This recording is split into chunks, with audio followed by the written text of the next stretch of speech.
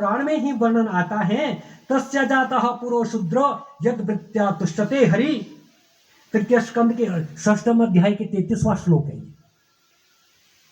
कि जब चतुर्थ चरण का जन्म हुआ ततः तुष्यते हरि, उस वक्त जो है वह हरि श्री नारायण प्रसन्न हुए कि सेवा का प्राकट्य हुआ है।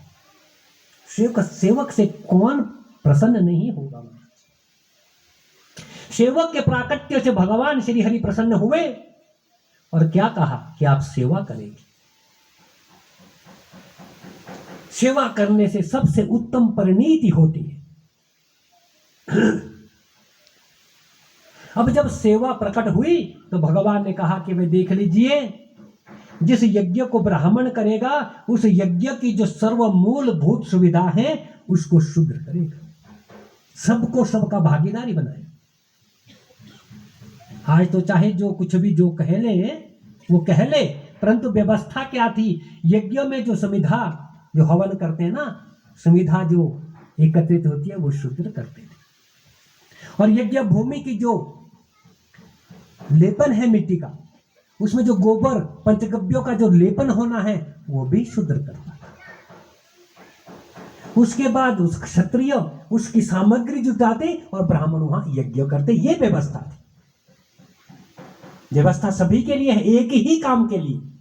अब मैं यहां पर कथा कर रहा हूं बैठ करके, आचार्यों जी आचार्यों का काम कर रहे हैं और कीर्तनाचार्यों जी कीर्तन का काम कर रहे हैं ना। सभी व्यास बन करके बैठ जाए तो कीर्तन कौन करेगा। सभी कीर्तनाचार्यों बैठ गए तो भागवत कौन करेगा। सभी वो मूल पाठ कर रहे हैं, वो रुद्री पाठ कर रहे हैं, वो एक व्यवस्था है।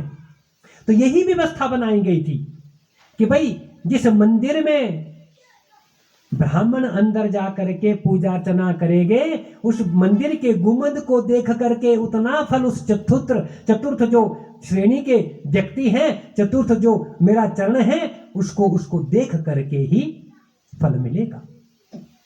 और मैं बार बार कहता हूं कि मातृशक्ति देवियों, आप अपनी सत्ता को जानो। आपकी सत्ता क्या है। मैं बहुत जगह देखता हूं स्त्रियां शोर करती है और हमारे को मंदिर में नहीं जाने दे रहे जी, हमारे को पूजा में नहीं बैठा रहे हैं जी। अरे आप अपनी सत्ता को नहीं पहचान पाए अभी तक। आपको अपनी सत्ता को पहचानना, अपने आप को जानना कि आप है क्या।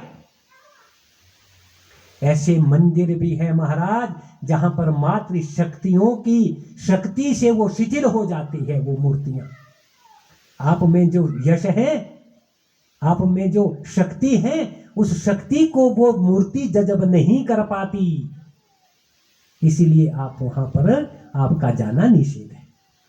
आप छोटे नहीं, आप उससे बड़े हैं। उस स्थान से आपकी गरिमा बड़ी है।